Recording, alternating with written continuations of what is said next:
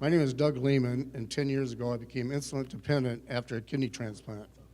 Prior to this, I did not take any prescription drugs. Now I need 7 shots a day, and I'm on 32 pills. The price for these medications has steadily increased over the past 5 years. Recently, the cost increased $500 a month. At 66 years old, I've had to seek other employment to cover the cost.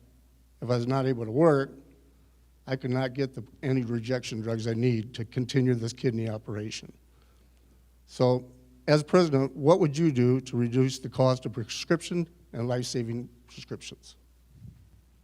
Thank you for the question. It's a pleasure to be here with you all. It's a privilege and honor to address you.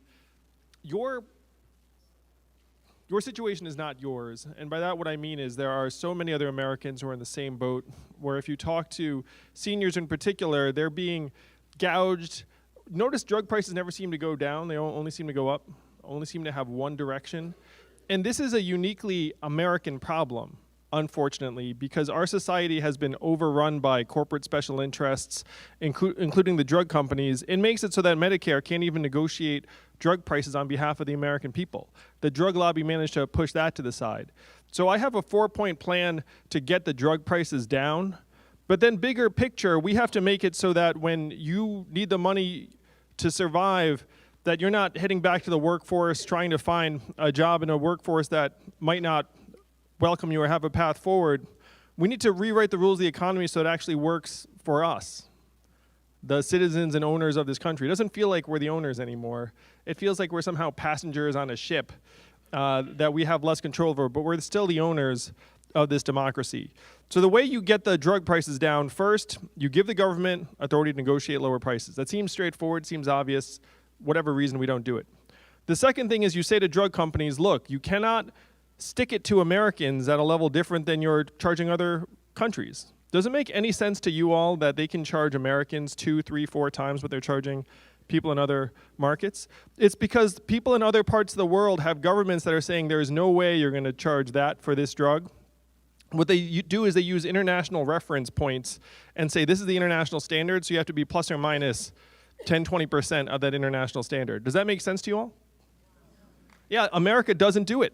America, the drug price gets set by the company and then we're all stuck with it. So what you do is you say to the drug companies, you have to come within this margin of the international standard, what you are charging other citizens of other countries. Number 3, if they don't go along with that, because you know companies just want to maximize the bottom line, they don't care about our health, they don't care about our well-being, so then you have to hit them where it hurts. You have to say, look, if you do not come within these international guidelines, then we, the government of this country, have the ability to license your drug, and then we have public manufacturing facilities where we can manufacture your drug. That is the giant club.